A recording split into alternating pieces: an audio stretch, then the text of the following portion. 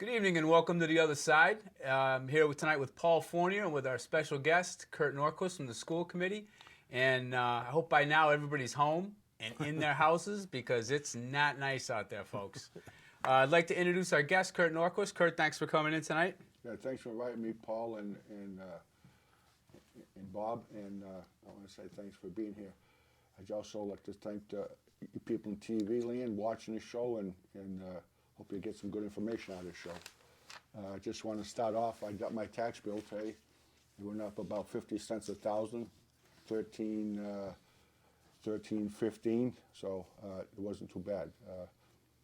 I think my average bill went up $100 for a whole year, so not too bad. I had a couple of friends of mine in East Brookfield, and they get their tax bill, and the rate's up to $17 in East Brookfield. And Wow. He said his average tax bill, two of them, one down in Podunk and one up in center of town, $700 increase. Well, their rate's always been high because they've got absolutely no industry whatsoever. Exactly. Well, they have no industry and they don't allow anything over two-family either. So that's it. Right. So They're they're duplex or nothing. They're limited. I think That's there are all only it is. 1,800 people to begin with, so that cuts Right. it down big time. Right. So welcome to the new year. Well, that 50-cent raise in tax money, do you think that is just, what is that based on? Is that just the $150,000 override? Well, it's based on the spending at the town meeting, what they spent and what they have to pay the tax rate. As far as I understand, that's nothing to do with the stabilization, nothing. It's just based on what they spent the last town meetings. Does that include the override money for the Spencer Rescue Squad? Yeah. Yes, it does. Yeah. Yes, Oh, it does. absolutely. Yeah, that's Yeah, what because they that was a very small amount. Yeah, In I terms think of the overall $30. budget. Right. Yeah. $30. We're talking $30. I think there was a $30 a year. Yeah, per, $30 per year. So it wasn't an incredible amount of money. No. All right. Having said that, let's get into the issues at hand here, Kurt. We're talking about budgets and we're talking about money. You have a history of supporting the town issue over district issues. You also have a history of looking out for the interests of certain demographics within the community. I would think specifically the seniors. You know, Correct. Being as you and I are so close to that age, it's like we're both getting I'm there. a step ahead of you.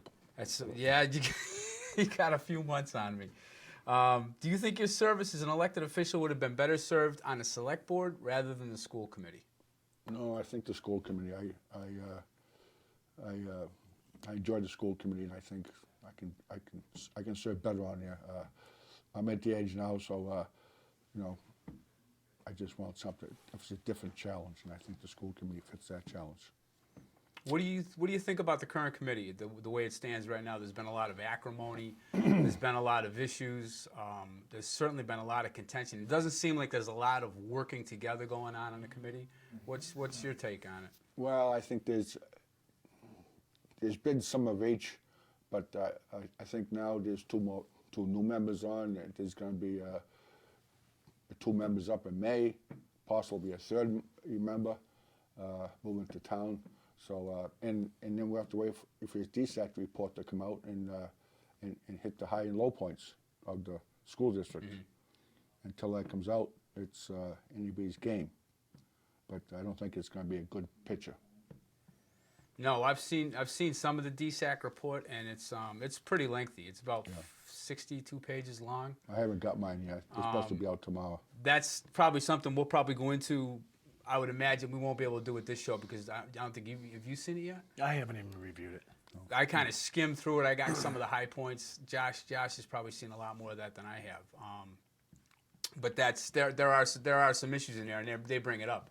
Some of it's well, we'll save that. We'll save that for the next show because that's not something we can really talk about right now.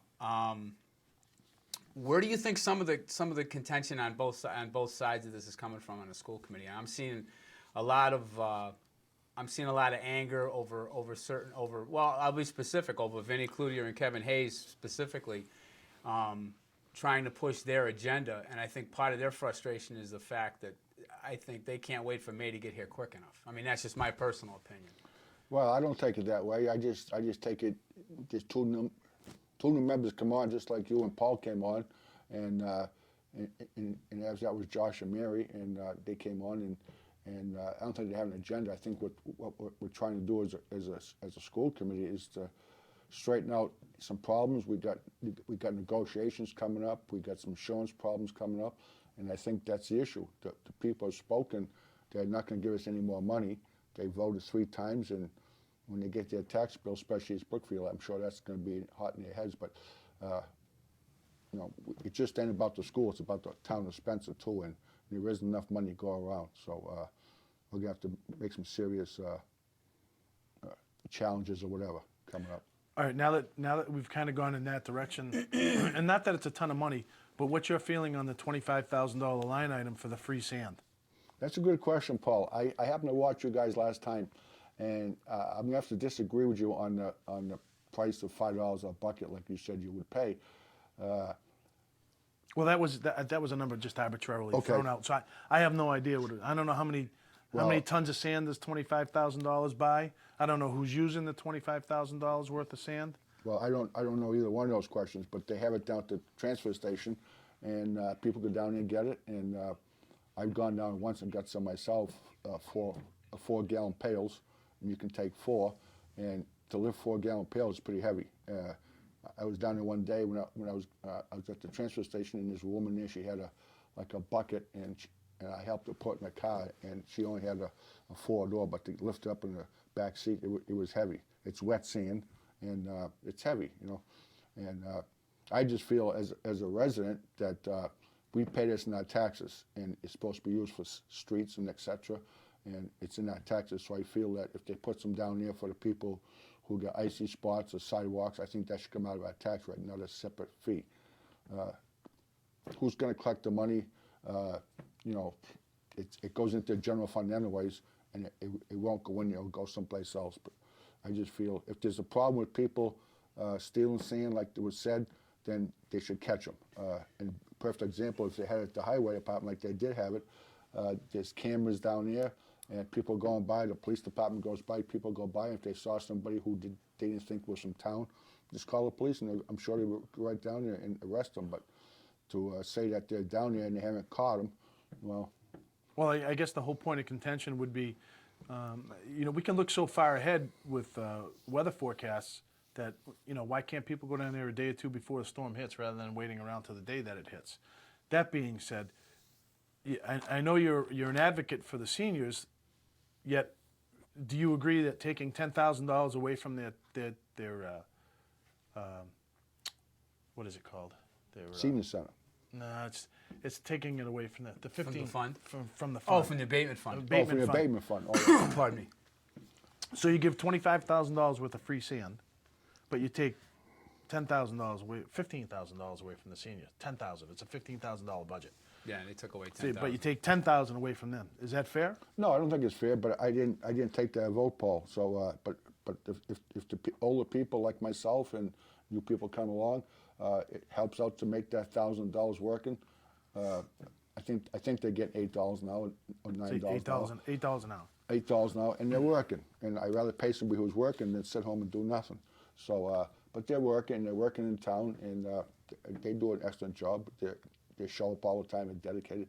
And no, I support the seniors, and I think they should go to Maple Street School. I mean, no doubt about it. That's why we turned over to the town, and that was the intended use. And I think down the road they will. It won't be maybe this spring, but maybe next fall.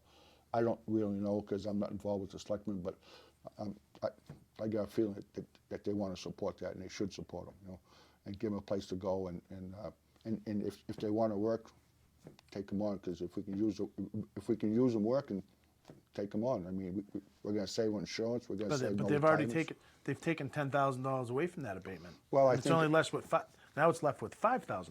Well, correct. But we still give away $25,000 worth of free sand. Well, that's the figure they have, $25,000. I don't know what bond he charges for sand by the ton. They buy it by the ton.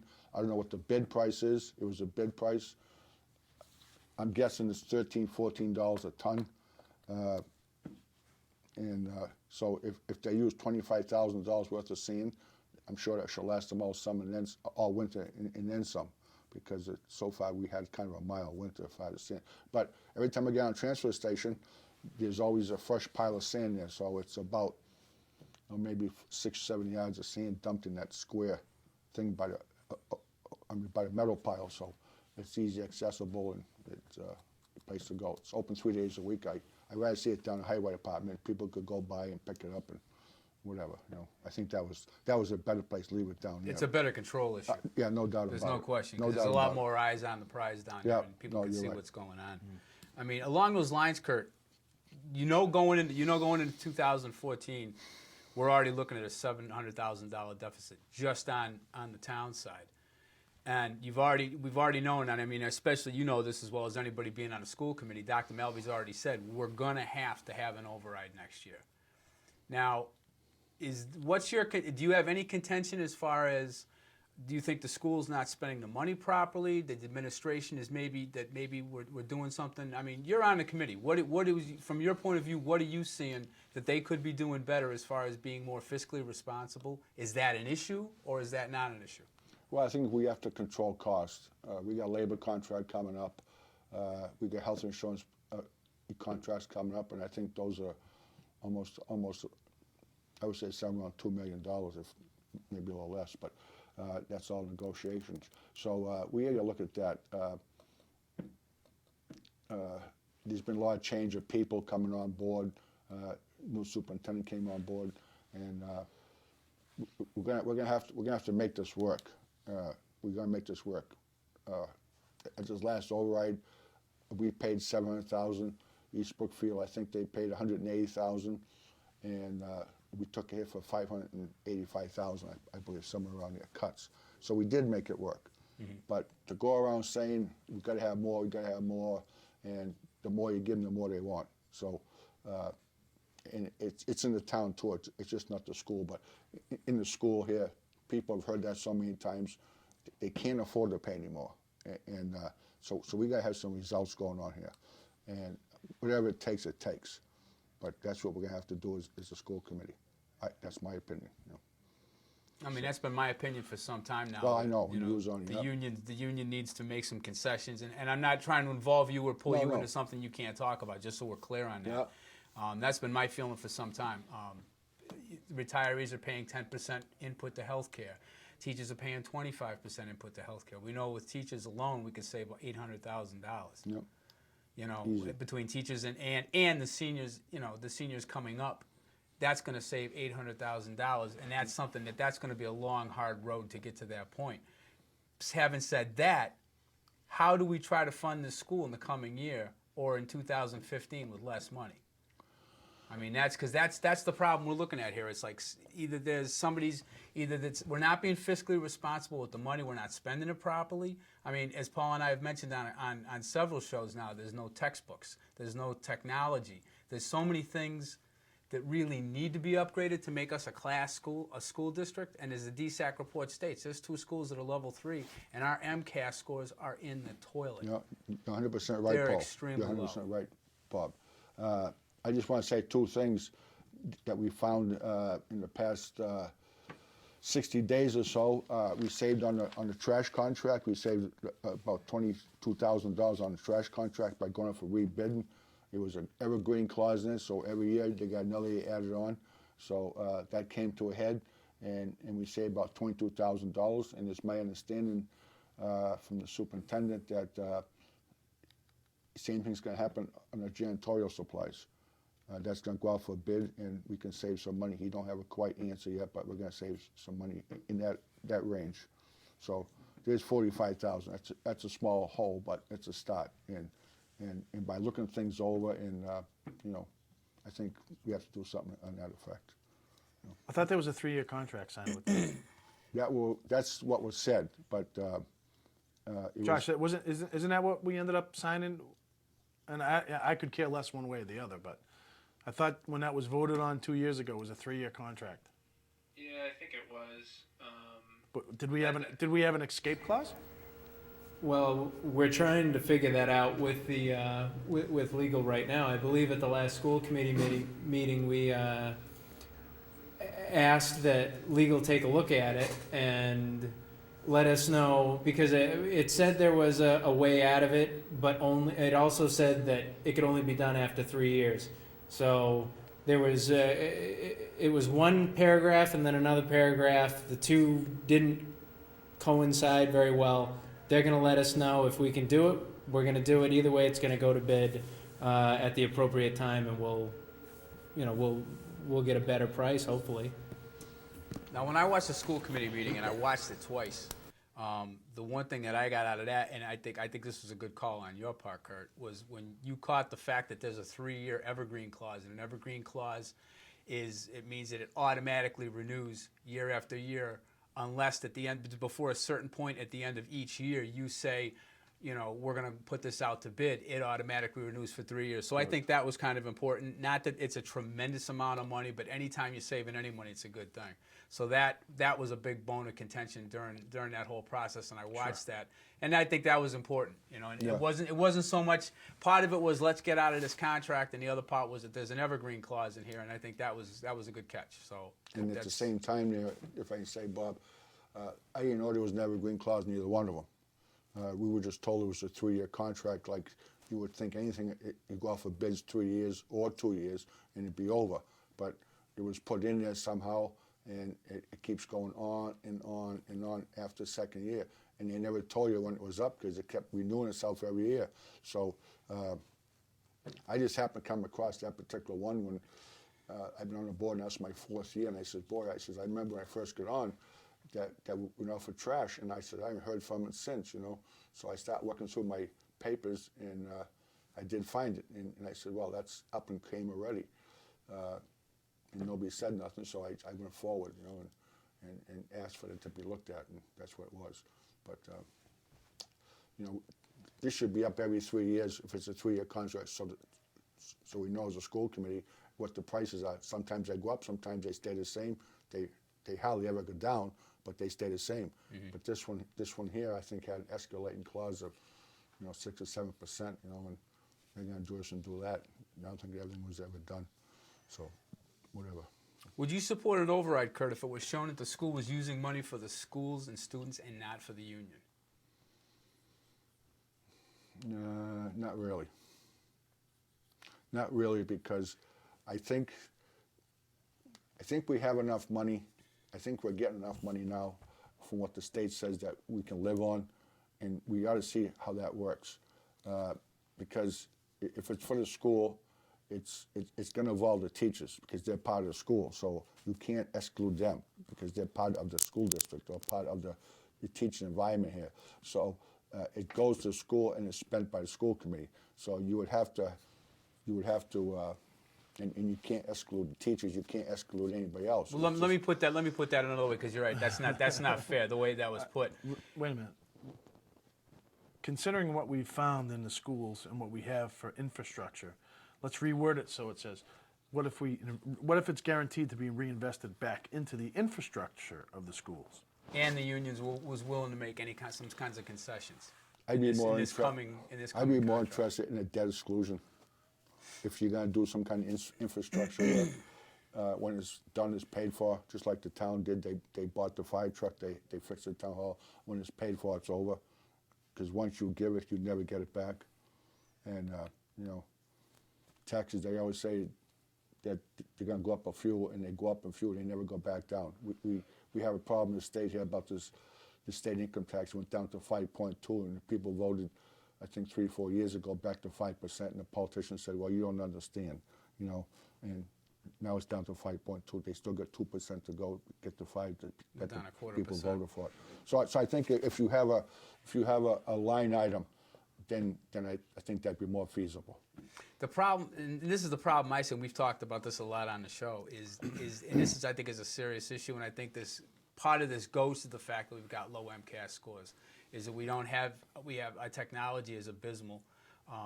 The textbooks that we're using are some of them are in such archaic, such ridiculously poor shape.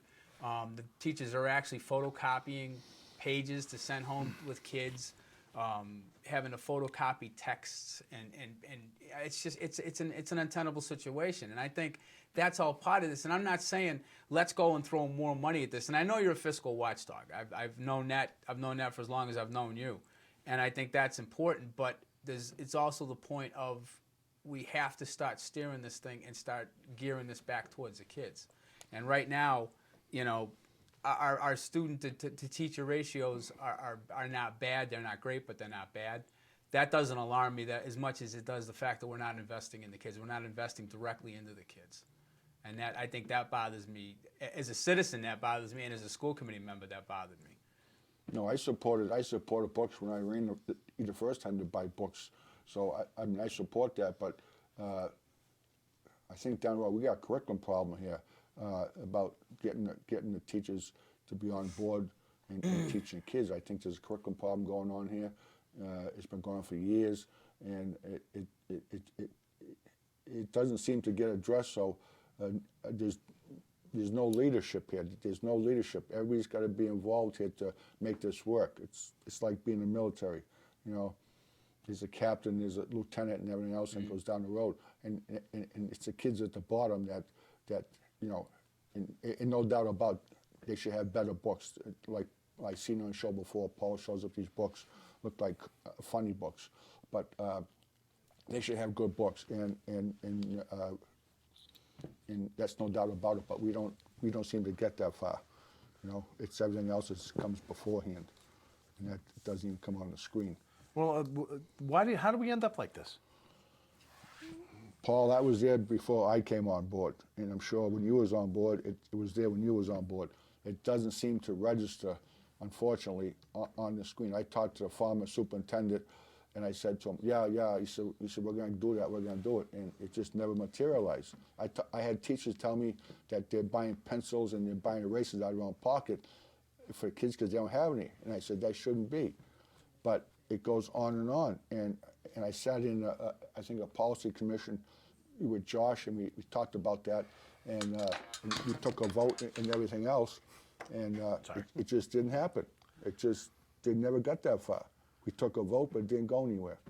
And you guys been on the board, you know what it is. It's what put in front of you, and that's it.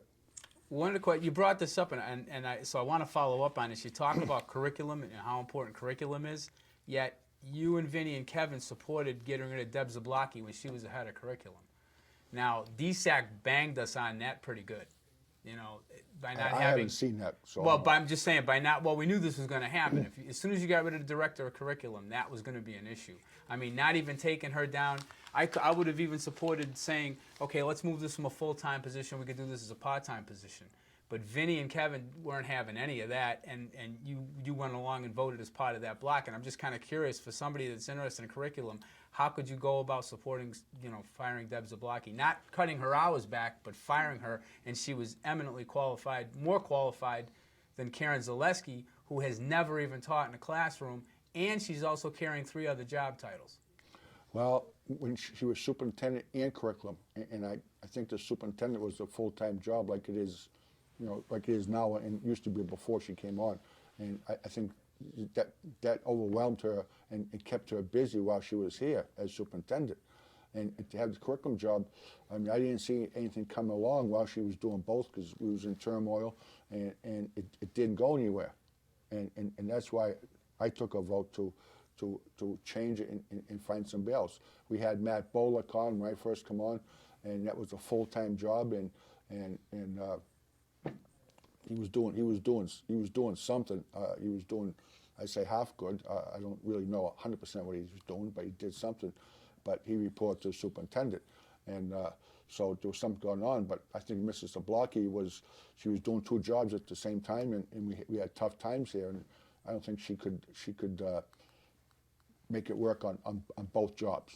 So I think one job was a job to be at. But now we have Mrs. Zaleski, who's wearing 3 hats. 4 hats. 4 hats.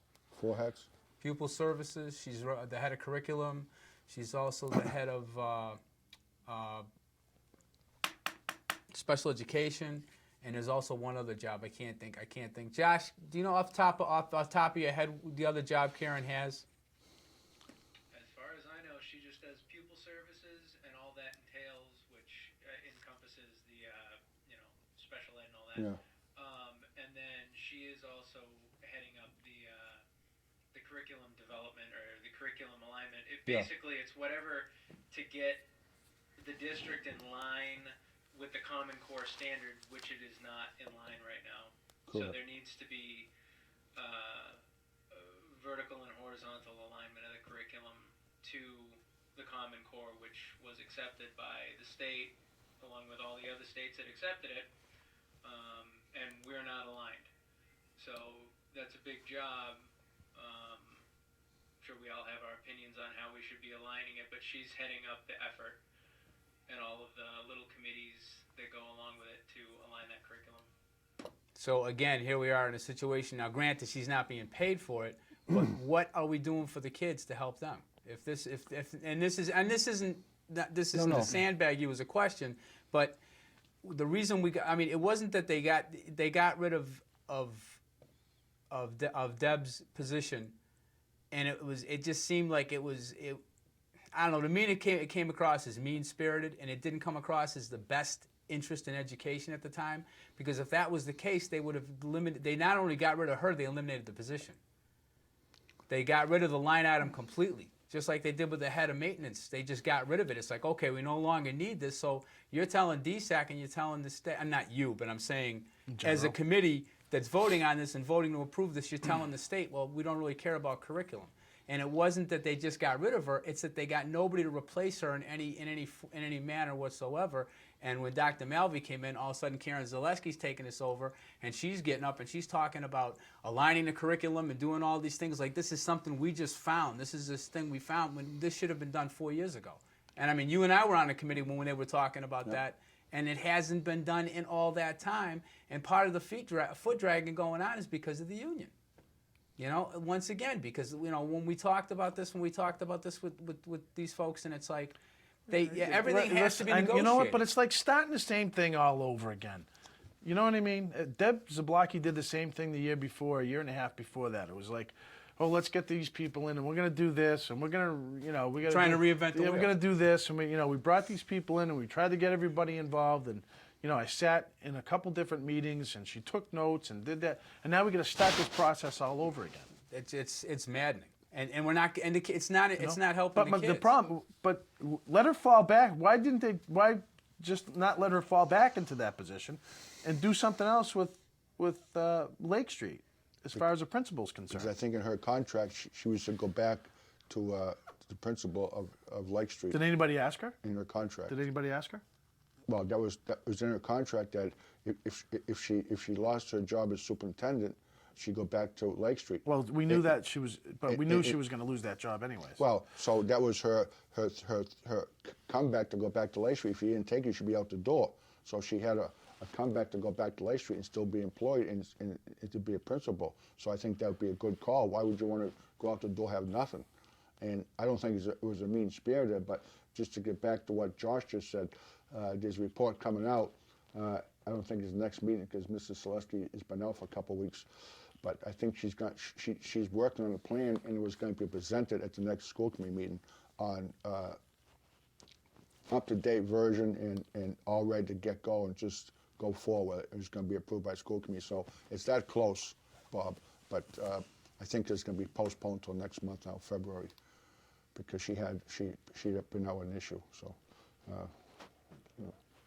I guess the problem I have with that is the fact that nobody has any problem with Karen wearing 3 or 4 different hats and trying to do this. But when Deb was doing it, and Deb was also doing this in the middle of one of the most contentious school committees I have ever seen in my life. Dr. Naiman, the whole thing with Dr. Naiman had happened. People were showing up and screaming, literally screaming at the school committee. The teachers were screaming at the school committee. It was like, it was a bloodbath. So for anybody to be productive in that particular situation, you know, would have been nothing short of miraculous to be able to do anything other than just try to keep your head above water at that time. That's basically why I said just to be the superintendent was the big job. Oh, right yeah, there. without a doubt. Big job Without right a there. doubt. So I didn't really expect a lot to be done because it was so contentious. You're right, and so that's what it is. But we'll have to see what happens now for another 30 days or whatever, and then I hope the reel isn't it can back to get reinvented, but. She got 2 jobs, like it's been said before. She got pupil services and she got the special ed, and that there plus curriculum is 2, and so she was a good assistant principal when she was up to high school, and just well as Dave Bayshant was at high school now. So, What? By me? I mean, up at Wyville, at Knox Trail. Knox Trail, I'm sorry. Yeah, so Knox Trail. So we get 2 assistant principals. So she happened to get the job through Dr. Melvey, and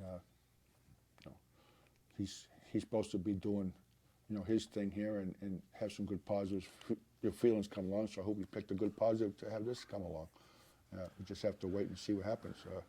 I don't know. All we keep doing is reinvent. We keep revisiting the same stuff over and over again. Well, it's not just that. We keep making the same mistakes over and over. We had Cindy Ahern. She was a principal of Lake Street, and she was a principal of Maple Street. We had Deb Zablocki, who was wearing 2 different hats. We have Karen Zaleski, who was wearing 3 or 4 different hats. It's like, at some point, do we start to come to understand that we can't keep doing the same dumb things over and over and over?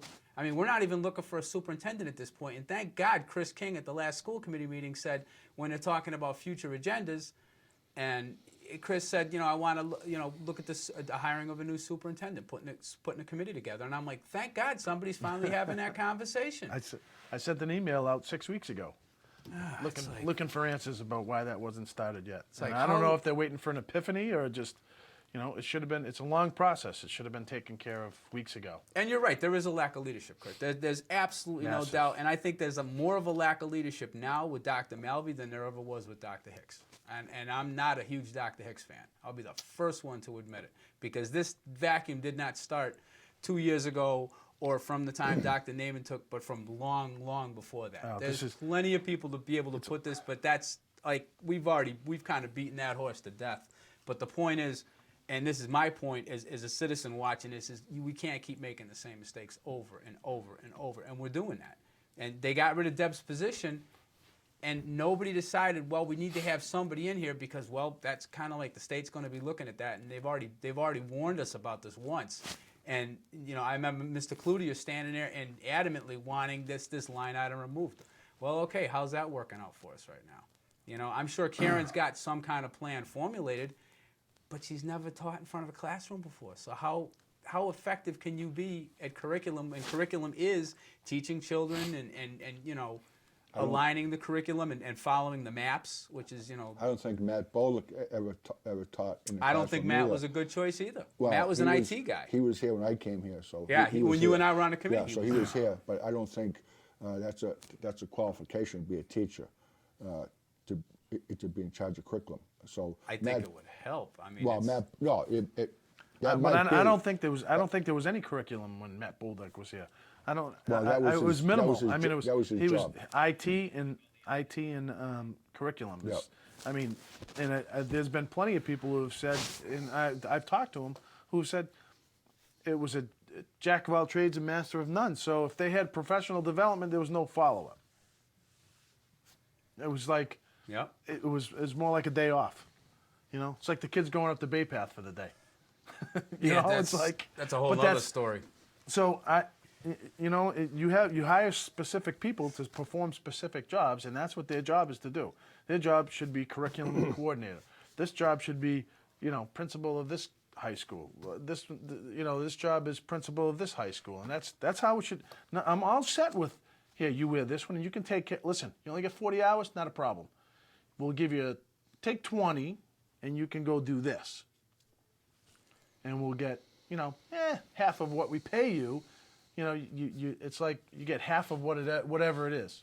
Well, like I said, It's lowering that. It's keeping that bar low. The issue, yeah, exactly. The issue I have is you end up taking away somebody who was qualified to do this. This is what she knew how to do, and in favor of somebody who's learning how to do this and coming before us at meetings and going, we're going to align curriculum. Well, teachers have been supposed to align their curriculum for the last 6 years, and they're not doing it. They're not. Every other school district is doing this, but they're not doing it. They're like, well, I didn't know we had to align our curriculum. Or they get together and they say, we didn't know what the maps were, which is nothing. It's basically a focus-based program to tell where the deficiencies and strengths are with children, with their learning, where they're at. And, I know Wire Village was using it. Richie Maha was using it. But I don't know if any of the other districts, I think Knox Trail was also using it. And I'm sure to a certain extent all of them are using it, but are they using it effectively, and do they really know what they're doing? And that's what the director of curriculum is supposed to help with. But that's Well, we we'll can see we what can. this defect. DSAC. Yeah, that's gonna, like I said, that'll that's- be our next show is probably gonna be mostly about the DSAC report. Well, We'll be that's talking that's about what that. will come out in the report. So. All right, Kurt, on another issue, protocol issue, on a number of occasions you have stated you were appearing, for example, the Jordan Levy Show, school committee meetings, selectmen's meetings, as a private citizen and not as a school committee member. As a citizen, you most certainly have a right to free speech, but when it delves into teacher negotiations, pay, healthcare, etc., you're bound to speak of these issues publicly or be in violation of the CBA agreement with the teachers union. How does that work for you when you're an elected official? Well, every time I was on a Jordan Levy show, and I was only on once, I spoke as a private citizen. I talked about the budget. I didn't talk about teachers' contracts. I talked about the budget and what the override question was coming up between the two towns. And I gave my feeling as a private citizen that they're not going to accept it and they're not going to support. They don't have the money and they don't have the confidence in the school committee or in the school district to support it. And that was my opinion. And I spoke at selectmen meetings also. Kurt Nordquist, Gail Drive Spencer. I try not to say I'm on the school committee when I'm talking as a citizen, which I have every right to speak. And if I do speak as a school committee member, it was something about a budget or something about this and that. But I try to keep not the politics of it, but try to keep the negotiations because as a citizen I can speak. As a school committee, I got to be careful what I say. You know, and you guys have been there, so you both know. I know very well how that goes. So. Last year, you wanted to review a teacher's classroom performance, even though you have no background or authorization to do so. Did you feel justified or qualified asking to even do this? Would you repeat that question again? I get preoccupied here. You would. That's Aaron. Last year, you wanted to review a teacher's classroom performance. You had spoke about reviewing a classroom performance, going in and sitting in on a teacher, you know. Well, I brought that up when the former chairman, Mrs. Gershman, was chairman, and it didn't seem to go anywhere. So I never went into a classroom and observed. Right, but you wanted to. Yeah, I asked to, but she wasn't in favor of that, so I never did. I spoke to principals, but I never went in the classroom because that wasn't their policy, so I never went. Did you not go up to Knox Trail and I knock on the spoke door? to principal. Pardon me. Did you go up to Knox Trail that day? I don't know what day you talk about, Paul, but I went up there when I was up there. I don't know what you're going for, but when I was up there, I was going for Halloween or something about like I went. You didn't to, ask to observe a teacher? You want to get into observe a teacher that day? No, not Knox. The only one I ever observed through Dr. Hicks was a class on business. I think it was Mr. Ford then at the time when Dr. Hicks was here. That was the only class I was ever into.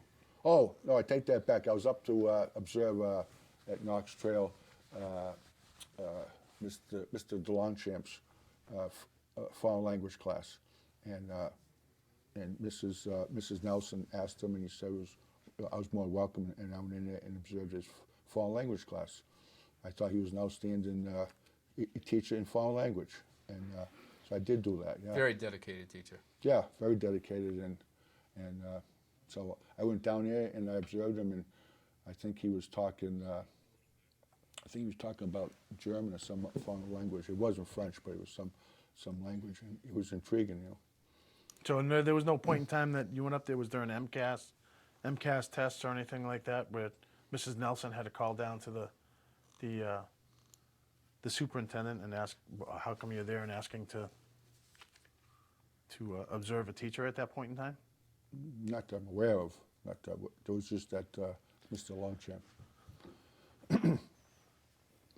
Okay, last year I brought this up last year at a school committee meeting. What's your explanation of the Rich Maha incidents related to the hiring of the Wire Village Dean as students? Well, there was some charges filed, so I'm not going to get into that. There were some charges filed, and it was found there was no ground to go further. No grounds to go further by. by the Ethics Commission. So that's all I'm going to say. Do you feel responsible for Rich leaving the district? No, I don't have no. I had no. I didn't know about till it was at a meeting that he was leaving. I think he kind of left it. I think he only gave 1 week's notice or whatever it was, or 2 weeks at the most that he was leaving. I didn't even know he was leaving, so that was kind of a shocker to me. He's only been here maybe a year and a half, so it was really kind of a shocker. Now, you don't feel that any of your actions had anything to do with maybe him feeling uncomfortable in the position as principal? Not that I'm aware of. Because I've got 3 letters here, Kurt, that basically say the same thing. One of them was written by Richie Maha, basically saying that you had basically said that you would not extend any kind of contract extension to him if he didn't hire Dr. Haguzian, who you wanted to be the assistant principal. That's his letter, Bob, and that was brought up and it was put to bed, and that's all I'm going to talk about.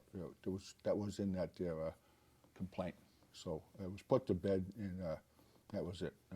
I had nothing to do with that. You had quite a bit to do with that, actually. That's your opinion, but that's not my opinion, Kurt. I got a letter from him. I got a letter from Karen Zaleski, who supported his claim, and also Dr. Naiman. And Dr. Naiman even writes in his that you threatened him with his contract extension on his. Bob, that's their opinion. It went before the Ethics Commission. There was found no evidence, and it was put to bed. So that's where it stays. No. So basically three administrators, basically they had opinions, and I guess that didn't Well, matter. that's the evidence was found that I'm not to be complete. Wasn't I didn't review them. There was somebody else in the state reviewed them. Well, Karen says, let me see if I can read a little bit of this here. Let's see. Per your request, I'm writing to inform you of the conversation I had with Mr. Kurt Nordquist throughout the months of April and May 2012. Kurt approached me at Knox Trail Junior High School in late April, asking me if I could advocate for Dr. Haguzian to be hired in the position of dean at Wire Village. I informed Kurt that I would speak to Dr. Naiman regarding this latter. I then spoke with Dr. Naiman, and he instructed me to speak to Rich Maha, principal of Wire Village. I spoke with Rich, and he explained to me that he was following the same hiring process that I had followed at Knox Trail, which included the formulation of a search committee and the use of rubrics.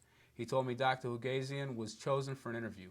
I then went back to Dr. Naiman and explained this to him, and Dr. Naiman then instructed me to call Dr. Haguzian and set up a time directly to meet with him, and explained that Dr. Naiman would be working to create an alternative program in the fall, and he could be interviewed for that position as well.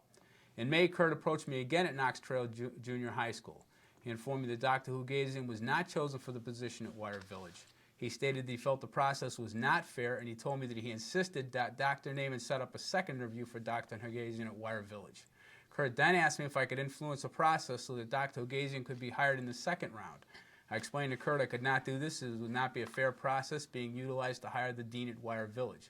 I also explained to Kurt that I was not on the search committee at Wire Village. I brought this information to Dr. Naiman's attention, and he informed me that I did the right thing and that he was handling the situation. I had no further involvement. And Rich pretty much said the same thing. So I guess, and I brought this up before, so this isn't something that you and I haven't talked about before. In fact, when I got off the committee, I had spoke to you at length because I had heard this, and I was still writing the blog, and I spoke to you at length, and you told me absolutely not, this never happened. No. And then a couple months later, I get these 3 letters and saying exactly the opposite. I guess my question to you as a school committee member is, how is this forwarding an agenda for the students? Like I just said to you, that went forward to the state. There was found that there was no evidence to go forward, and it was put to bed. So whatever you write for a letter, or whatever Paul writes, or anybody else writes, that's their opinion. It didn't go anywhere. So there was no charges So brought there were no forward. findings, basically? Is that what it was? Well, I can't talk about it. It was not executive session, but Okay, no, confidentiality. don't go there. I don't want to. I don't want to put you. I don't want So to put you in that. that's what I'm trying to say. So Okay. it's confidentiality. So. When there was at the meeting where where Deb Zablocki lost her job, Steve Dragon also lost his job. Now, the head of maintenance, like the director of curriculum position, was totally eliminated. It wasn't that it was cut down to a part-time or anything else. It was totally eliminated. How did that help us with maintenance of the school? And you and I have talked about this at length, about maintaining the schools, and we've always been on the same page. How did getting rid of Steve Dragon's position help us? And I've been around the schools, and they're kind of a train wreck right now. So how would that possibly help us? Well, it wasn't the individual. It was a job that was eliminated to save money here. We were just before Dr. Melvey came on. We were going through the budget, and we were cutting figures to cut the expenditures. That's where it came into play.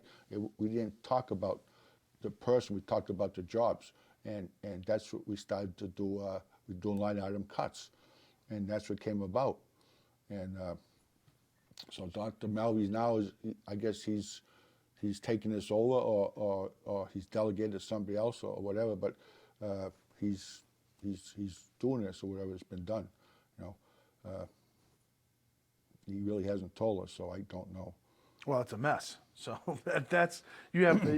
This is going like back to the head of curriculum. It's a mess. You had a line item of somebody getting paid over $75,000 to do the same exact thing that Mr. Dragon was doing for $54,000. That was an existing position. That position wasn't created because what was said at that school Well, committee. Dr. Naaman eliminated that. No. Okay, Paul. What was said at that school committee meeting is that you're getting rid of those line items because those were unfunded positions before, which is not true. We've always had a head of maintenance. We've always had a director of facilities. Dr. Naaman, he got rid of the former one about 6 or 7 months ago before he hired Mr. Dragon. So Dr. Naaman did that. That wasn't the school committee. So I don't know where you're coming Dr. from. Naaman did what? You Did lost what? me. He got rid of that position before Steve Dragon came into play. He didn't get rid of that position because Ed Wilkinson had that position at He got rid of- $20,000. he He got got- rid of Ed Wilkinson because Ed Wilkinson wasn't doing the job, Well, and I know that for a fact. I'm just saying he got rid of that position and he got rid of that title. It was gone. It was gone. But he basically they hired Steve Dragon. He hired Steve Dragon, About basically doing about the same thing. six months later. So Right. the job was eliminated, Bob. Whatever you want to say, the job was eliminated, and the person was also. But what Paul was trying to say was it was a funded line item. It wasn't a funded line item. He It got rid was of. prior to that. It was a funded line item. There was Okay. always a line item for a head of maintenance. There's always been a head of But maintenance. Dr. Naaman got rid of that position in the individual. Well, he hired Steve Dragon. so- He Decreased- didn't hire right decreased- away. He hired him 6 or 7 months later. Yeah, was it a doesn't vacant matter job. when he hired It was him, a it was- vacant job. It he was got- a he- vacancy. There was no job there. There was no job there. There was no job there. The position was gone, Bob, and the individual was gone. He installed the new position, Kurt, is what he did. He ended up did, but doing. he created a new reinstalled- position. He created. Kurt, you can split hairs and you can say well, It was you know, it was a parallel move, Kurt. It wasn't up or down. He didn't create the position. He didn't increase Mr. Dragon's pay. It was $54,000. Period. Done. $20,000 less than Mr. Wilkinson. So was he had to making. create a new position then because. Didn't really create a new position. It was a Okay. parallel move. Okay. You needed somebody that knew what the heck was going on in the district. Do you know how much money he saved us the first year he was the head of maintenance? Who's he?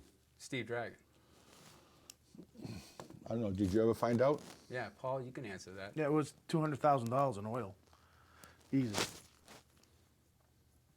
Yeah, I think that was brought up there about the oil at the schools. Yeah. You know. I guess that's But I don't understand being at that school committee meeting when that position was eliminated, that line item, I should say. That it was never. It was just funny to see. I think who's the other Ed that was there? Ed Chartier. Ed Chartier was there. Mr. It was like the whole team was there. And as soon as everything was said and done, when that The position, whole team was eliminated. no, just really that one Okay. position. No, it really wasn't, Paul.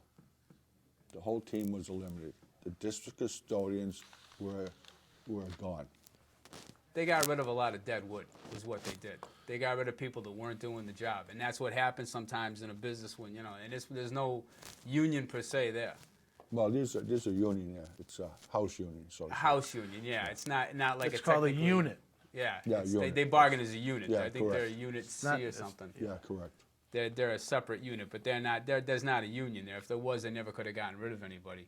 Did your personal feelings for Mr. Dragon play into this at all? No. Because I know that you and Ed are good friends. Ed who? Ed Chartier, and I know Ed Chartier thought he was going to get that job. I don't know about that, Paul. I mean, Bob. I don't know about that because I think when Mr. Dragon was here, Mr. Shoddy wasn't even here. He was gone. He was laid off. No, he was still here. He was? Okay, well, that's more than I know then. Yeah, Steve was here. Now, you heard about the fiasco up at the parking lot for Wire Village during the Christmas concert? No. Nobody plowed. Well, they had a Christmas concert right before Christmas, and nobody plowed the parking lot. It's like, and that would have been something that the head of maintenance would have done. Steve made sure that all the They didn't plow parking the lots. parking lot? They did the main parking The lot. overflow parking But they didn't do the overflow parking the lot next to the sports- soccer fields. the Right. soccer fields, They didn't even bother. And then when they would, so people were driving and I mean, it was a train wreck. People were Yep. parked up and down Paxton Road. I mean, it's the fact that maintenance is no longer being done now. I mean, there's no maintenance being done around the schools at all. I mean, sometimes we cut off our nose to spite our face, and I felt like, I don't know, I just felt like that was a really dumb move. Now, I understand Mr. Dragon was under contract. Were you guys aware that he was under contract at the time when you eliminated the position? No, I don't understand that at all. He was under contract. 3-year contract. I don't understand that at all. Yeah. It wasn't us that did that. That was Dr. Naaman again. We didn't have no say about that. He did that on his own. Dr. Naaman hired him? He eliminated those positions, as far as I understand. Oh, right. He did that as a cost cutting move, and he said he would make those positions open again, and he did.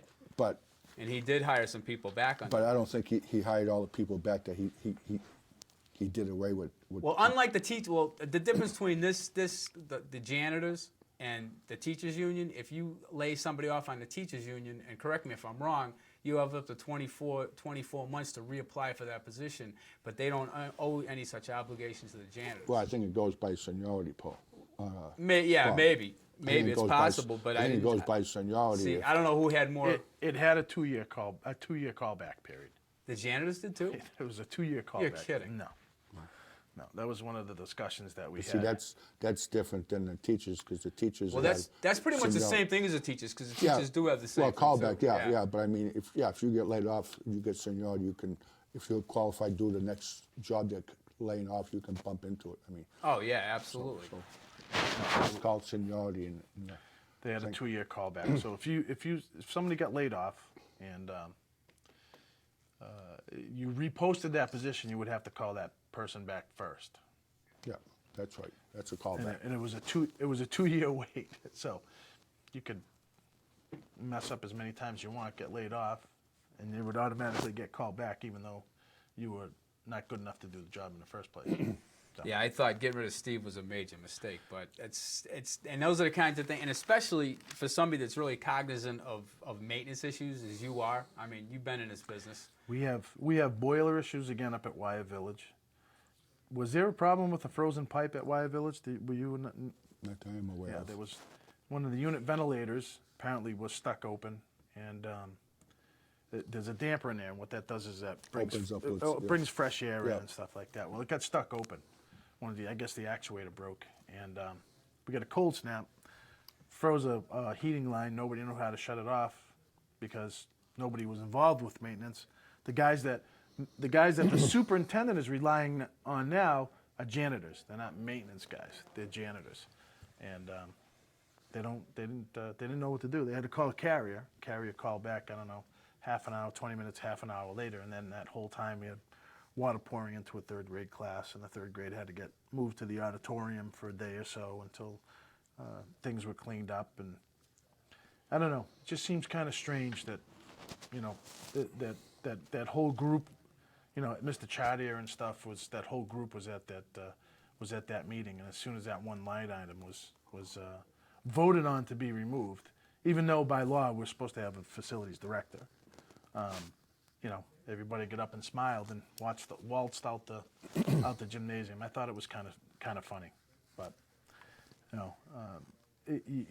The problem is a good old boys network, Kurt, and a good old boys network never seems to want to go away from here. You know, my buddy deserves a job, my buddy deserves this, and he can't do anything wrong, and this one's this way, and it's, you know, even there's so much dead wood in this district. It's pathetic. You know, God bless the way things operate here. Because let me tell you something. Had I known, I would have applied for a job. You could screw up as many times as you want, and never get fired. You keep the job. It's like, Well, if you know the Deadwood, Paul, then you should bring it up to us because we're trying to save money here. I can't, you can't do anything about it, Kurt. I've tried bringing it up when I was on the school committee. Nobody wanted to hear it. Oh, we can't do that. Oh gosh, you know, we can't fire that one because you know, we got to hire him back, and you know, it's in his contract. They don't work. Okay? Well, that's why if you cut They don't work. If you cut the job, then you don't talk about the individual. You don't, if that's what you're talking about. I don't know where all the Deadwood is, but It's Deadwood. Have you walked around the schools at all? I walked around the schools because my kids are still in it. They're filthy. It's a pigsty. I haven't been to school, so I don't know.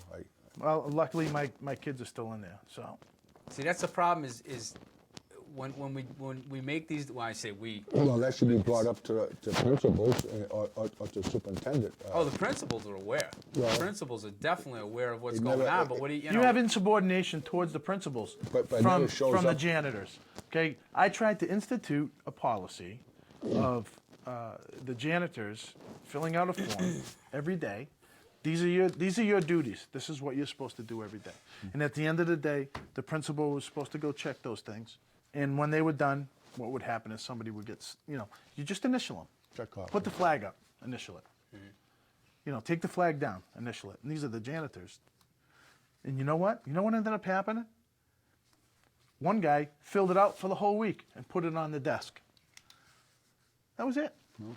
That was wrong, but that's what the principal should have signed it or should have took it to the superintendent or something. Signed it, and superintendent. There was 3 grievances. This is like a gold ring. It's platinum. You can never break it. No smoking on school grounds. No smoking on school grounds. Yet there's a guy mowing the lawn smoking a butt.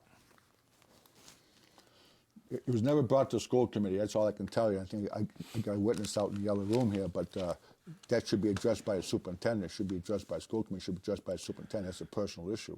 So, or the principal of the school. If they don't know nothing about it, well, how do you expect the guy at the top to know about it? I mean, you know. Well, I had a problem with Mr. Dragon being released because he knew the district inside and out.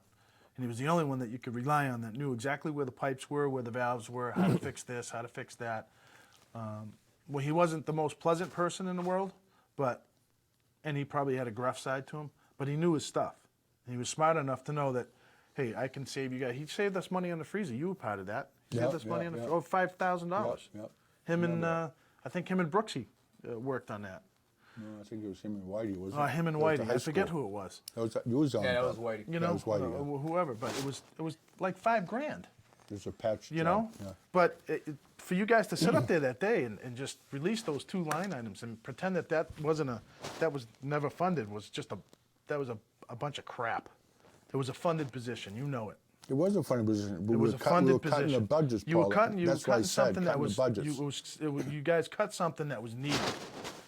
Well, I mean, that was our opinion. So, but now That we was have our- Now we have buildings and heating systems falling apart. It's the same old crap over and over and over again. You never want to fix anything. You want to put tape on it and then let it go. I don't believe the school committee don't want to patch things over. Absolutely. Well, I mean, that's your Absolutely. opinion. That's your opinion, Paul. But I mean, I don't think the school committee wants to patch things over. I mean, you can ask the other guy, when this is over or whatever. I don't think he ever took a vote to patch things over. I can't speak for the committee. I speak for myself. But if there's a problem, we fix it. We just spent some money to fix the truck because it wasn't in good mechanical shape. And that was done. And that was the superintendent's call. That wasn't even our call. So there was repairs made to the truck, and some little body work done, so pass inspection. So I don't think we're patching things over. It's just we can't afford a new truck. So Well, I hate to wind this out, guys, but we got about 30 seconds left. Kurt, thank you very much for coming in tonight. Thank you very Thanks for much. inviting Coming in me, and and, answering the questions.